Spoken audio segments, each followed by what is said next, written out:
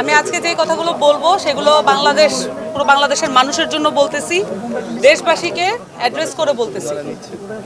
এনসিপির ধানমন্ডি থানার যুগ্ম আহ্বায়ক রুমি, উনি আজকে সকালে তার ঝুলন্ত মরদেহ উদ্ধার করা হয় এবং রুমি আসলে আমাদের ফ্যাসিবাদ বিরোধী আন্দোলনের একজন সম্মুখ সারির যোদ্ধা ছিলেন। উনি নতুন বাংলাদেশ গড়ার লক্ষ্যে এনসিপিতে কাজ করতে এসেছিলেন। রুমির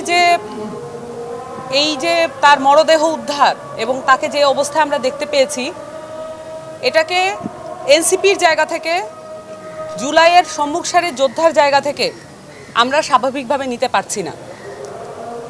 আমরা কিছুদিন আগে শরীফ ওসমান হাদি, যিনি ঢাকা ৮-এর একজন প্রার্থী ছিলেন, শুধু তাই না, বাংলাদেশের ফ্যাসিবাদ বিরোধী এবং আধিপত্যবাদ বিরোধী লড়াইয়ের একজন অন্যতম নেতা ছিলেন।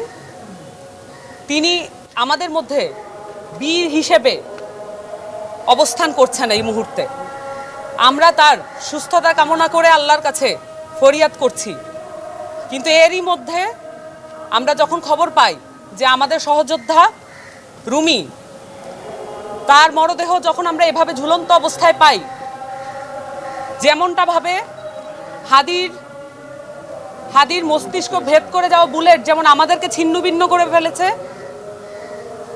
রুমির ঝুলন্ত মরদেহ আমাদেরকে, এই বাংলাদেশের সকল মানুষকে এবং আমরা যারা এনসিপি সহ অন্যান্য যারা জুলাইয়ের সম্মুখ সারির যোদ্ধা ছিলেন, সকলকে এই ঝুলন্ত অবস্থায় আমরা দেখতে পাচ্ছি।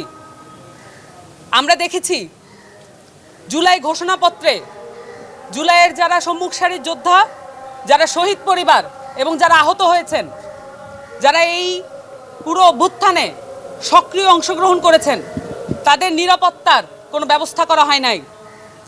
আমরা এও দেখেছি জুলাই সনদ এবং সংস্কার নিয়ে দিনকে দিন আলাপ কমিয়ে দেওয়া হচ্ছে।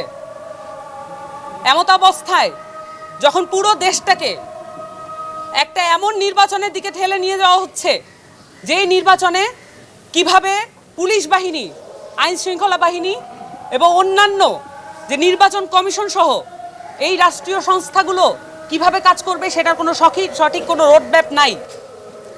একই সাথে নির্বাচন কমিশন শরীফ ওসমান হাদির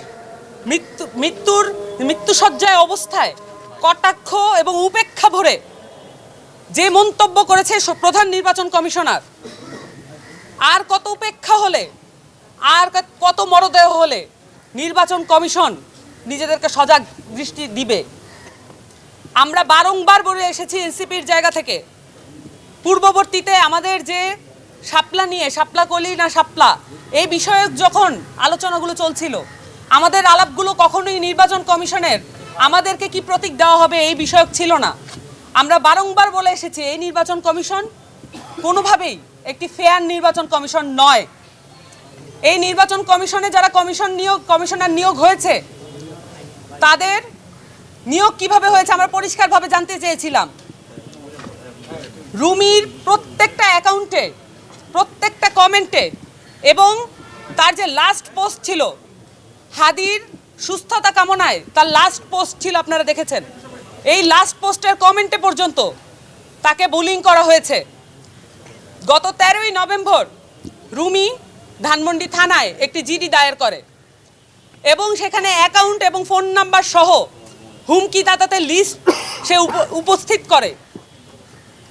আমরা যেটা জানি, এইসব কাজ আসলে গোয়েন্দা বাহিনী তথা ডিজিএফআই এসবির, কিন্তু আমরা আমাদের পক্ষ থেকে তদন্ত করে যে এই তথ্য উপাত্ত তাদের কাছে দায়ের করছি, প্রমাণ যেগুলো হাজির করছি, সেই মোতাবেক আমরা কোনো ব্যবস্থা নিতে দেখছি না।